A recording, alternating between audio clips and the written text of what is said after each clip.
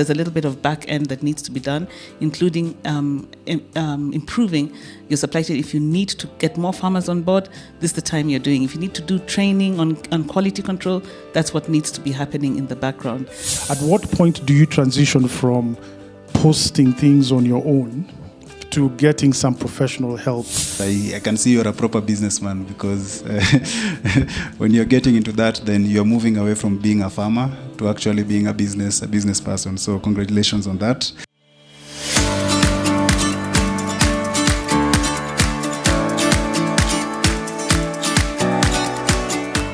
My name is Mark, as Seda said, Mark Murungaru. I run a startup, well, call it a startup, but about 18 months now, a dairy processing company. We've had a family farm for 40, 50 years now, started by my parents, that has gone from about 1 to 3 cows to now 200 plus. We are doing about 2,000 kilos of milk a day. And in fact, the reason we came into existence, or at least the business that I'm working with, the reason we came into existence is we were trying to solve a problem for the farm. What used to happen in the past is, and I think it still happens today, is you'd be a farmer, say for example, with 10 cows producing 100 liters of milk.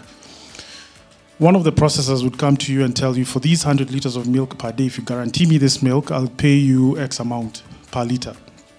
And so what you do is, with that kind of figure, for about a 12-month period, you'd go and budget with that. So if you're going to hire more people on the farm, if you want to buy machinery, you have that guaranteed contract that will give you that amount of money. So what happens is, say for example, it starts raining and there's a surplus in the market. For those who, whose parents maybe do some farming, you'd find yourself having the processor will come with all manner of reason why they can't honor that price anymore. So they'll either start by rejecting your milk, or they will offer a much lower price, to the point where if you'd gone, say, to a bank to borrow for some machinery, say, to help you with feeding, all of a sudden you find yourself struggling simply because your sales are not matching your expenses. So for us, what we did with the volume of milk back then, I think the project has been in existence for about, we're only 18 months old, but the conception of the idea was almost 12 years ago. And back then, we were only producing about 500 liters. So fast forward till today, what we were looking at doing was, for us, unfortunately, our farm is on a very terrain-unfriendly location in Nyeri. So we are sort of on some slope, so we can't really mechanize. We have to use labor, manual labor for some of our processes, where, for example, we'd use machinery to help us out. So with that, with those issues that we're getting with our processors when we sell the milk, it became unsustainable for us to keep selling our milk to these processors. So we figured, let's do this. Let's stabilize the price of the what we call the farm gate milk, to help the farm stabilize as we continue looking for markets for these products that we are making. So last year, sometime in January, we woke up, rather after a long time of, thinking about the business and also building and buying equipment. We finally launched a brand, and I hope some of you have seen it in the market. It's called Abony. So we process cheeses, we process yogurts. We target the high end of the market, and it's not by accident. We did that because our cost of production per liter of milk is a bit higher than most farmers. Say, for example, people who just simply go to let their cows go out to the pasture and then come back in the evening. That's a much easier and a much better system of, frankly, farming. But for us, unfortunately, because of the terrain, we have to use a zero-grazed system. So things have not been so bad, so to speak. It's not been a very easy journey, but we launched in January 24. Slowly but surely, we've been able to list in all but maybe one major retailer, in our case, Carrefour, which coincidentally, we have a meeting next week. But we are in Naivas, we're in Quickmart, we are in Zucchini, we are in Greenspoon. So not so bad. But some of the issues that I think I'm now facing, and I think our head of marketing, who just happens to be my wife, would have been here and should have done a much better job of asking these questions, but I'll ask them anyway. First things first, if she were here, she'd tell you, we're squarely in FMCG, and that's usually an area that I feel scared, in terms of dealing. If anything goes bad, PR-wise, unaanikwa, so to speak. Social media, this day and age, everything goes public very quickly. So one of the first questions I wanted to ask, and I know she would have asked if she was here, is she used to manage our social media aspects. So whether it be taking a photo of my son eating cheese and posting it on our website or on our Instagram account. The question that I would have had, and I'm sure she would have probably asked, is at what point do you transition from posting things on your own to getting some professional help? Because as the brand is growing, I guess there needs to be some professionality that also comes with that. So for us, we pushed it as far as we could, but we finally got someone to start working it for us. Whether that has improved or not, I think is open to debate, but that was going to be my first question. And then the second question was, in this day and age of digital marketing, I know in the past there used to be a percentage of sales that marketing budgets used to be allocated. Does that change? Has that changed from historical numbers? Has that changed now that digital marketing has come into play? I don't know if that's still the case, and I'm asking as a finance guy now, because one of the things that happens in any company is, as soon as budgets need to be cut, the first things that start being cut off are marketing costs. So I would hate to be that person that targets marketing as one of the first things to be reduced when it will clearly have an impact on sales. And then perhaps last but not least, are we at a point where, at what point do you determine that you need in-house resources to help you with marketing? Right now, we're still using a hybrid of consultants and also, a bit of us as the founders to do the marketing. But at what point do you get a full-time dedicated marketer to help us out? So I think those would be my questions.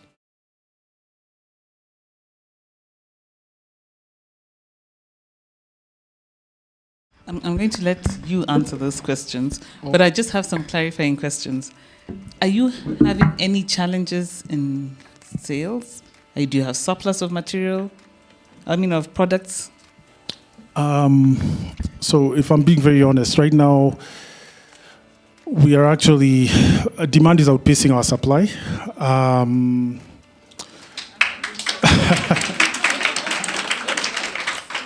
Yeah, and it's in part because we are also struggling a little bit in terms of sourcing our raw product, which is milk, primarily our milk. Getting the right quality of milk, which is a whole different debate and topic, because we want to start paying farmers for quality rather than quantity. So we, for example, will measure how much fat is in your milk, how much protein is in your milk, so that if someone brings in 10 liters of milk and someone else brings in 8, you might find the person bringing in 8 liters getting more money. And we also want to start extension services where farmers are taught how to breed for high quality milk, whether it be through feeding, breeding, and various other aspects, animal management. So those are some of the things we're gonna slowly start as we go down this road. But in terms of the questions you've asked, our sales have been growing. They've reached a place where they've plateaued a little, but I think that will be solved by getting more supplies into the market, and that will be solved generally from sourcing milk in a more sustainable manner.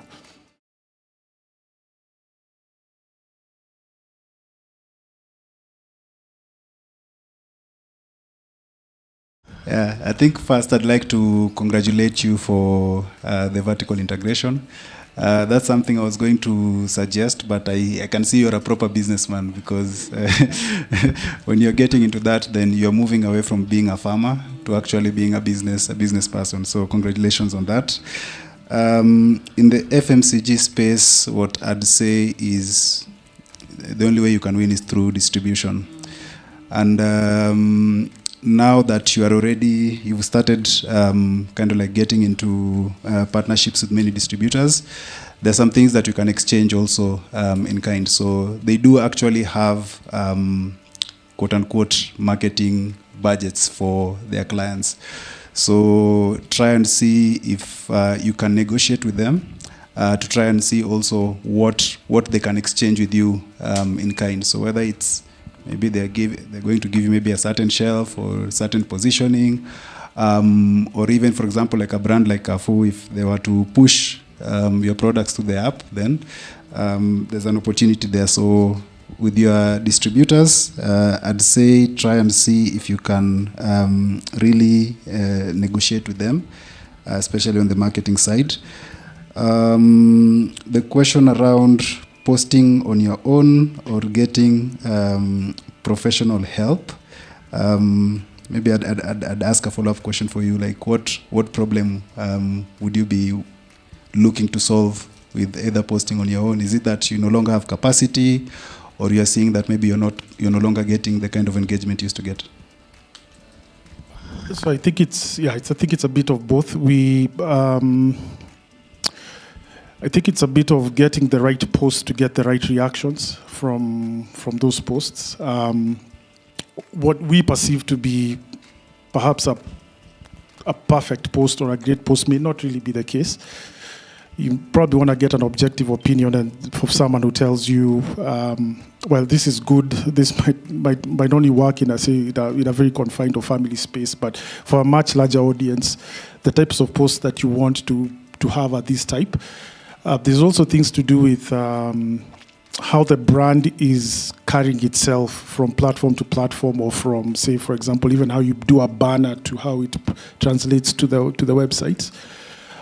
Because sometimes you'll throw a brand name. For example, our logo, for example, is, I believe it's blue. You should know this, but the name Abony should always be in blue. But you'll find that, for example, in some cases we're changing the colors, throwing around some things around, and we're not really following the brand book as we should be doing. So that message carries consistent regardless of which platform you're marketing on. I think that's where, for me, that question emanates from. Why? I mean, at what point do you get someone who tells you, don't do this, do this, if you have to do this in this structured manner, etc., etc. Yeah. Good. I'm just saying, on this side, people who you are our client when it comes to design, we are crying. That's all I'm saying. And I'll tell you why. Because you actually said very quickly that the first place to cut numbers will be on marketing. But I feel there's a lot more stuff that has to happen in the background. One of the things that I'm surprised, because Carrefour will ask you this, is how many products you have. Okay, because your product, I think, expires pretty fast. Maybe they might not say that. But for many people who have stock, that's the first thing they ask. How much stock do you have to be able to meet the demand? Because they're not going to give you shelf space. If when they give you shelf space, you can't fulfill the orders. Because that's where they make their monies, from the retail space. So there's a little bit, for me, I feel, there's a little bit of back end that needs to be done, including improving your supply chain. If you need to get more farmers on board, this is the time you're doing. If you need to do training on quality control, that's what needs to be happening in the background before some of these things that we're talking about. But I don't want to take business away from VIII.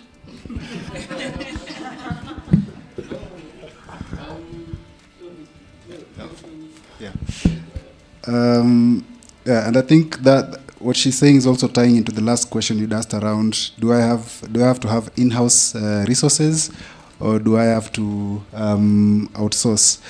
I'd say in the FMCG space, it makes sense to have a digital team or a marketing team if you want to do your own direct consumer channels. Yeah, so where it's like maybe you want better margins, and that means you're able to control that. So in such a situation, it would make sense to have a team in-house. But if you're still going for a distributor type model, then it's always good to collaborate with your distributors. And then additionally, the kind of resources that you might need would probably be things like category managers. So, for example, if you're coming up with a new product, you have people who they have the pulse on the ground. They can observe, they see maybe why customers are picking a certain brand over another brand. Maybe if something is placed on shelf number 2 is selling better than shelf number 1, because maybe there's a perception that shelf number 1 is expensive. So things like that. So maybe working with category managers. But if you want to have your own direct consumer channels, then it might make sense to collaborate. Yeah, I think I'll keep mine quite short. This is like a really sensitive microphone. I'll keep mine quite short. I think similar to what Mark has said and what you've talked about as well, there are, this is their page. I wasn't just like miscellaneously looking at yogurts and stuff. It looks like that's what I'm doing. But yeah, I think there's the business side and then there's the marketing side. And you've spoken quite well in terms of you always prioritize what the business needs. And this then goes into that second part of the questions you've asked, because each one of them requires some form of investment. And you've heard me say this before, but you invest where the need is and invest what you can proportionately put into it. So at some point for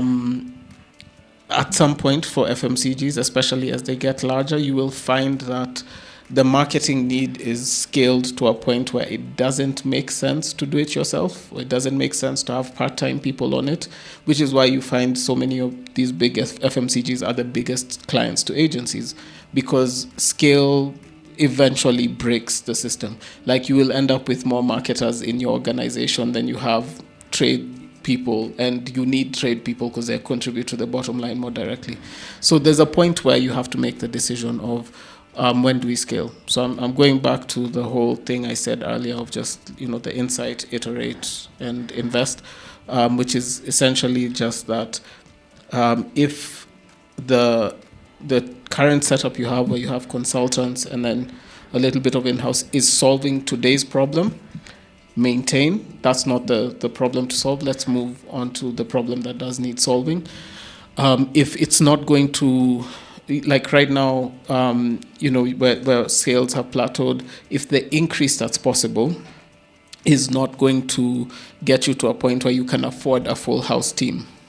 So if we look at it like, if you do max out completely, are you able to afford a full in-house team? If not, then maintain the consultancy structure. You'd rather put that money, my general belief, you'd rather put that into marketing spend.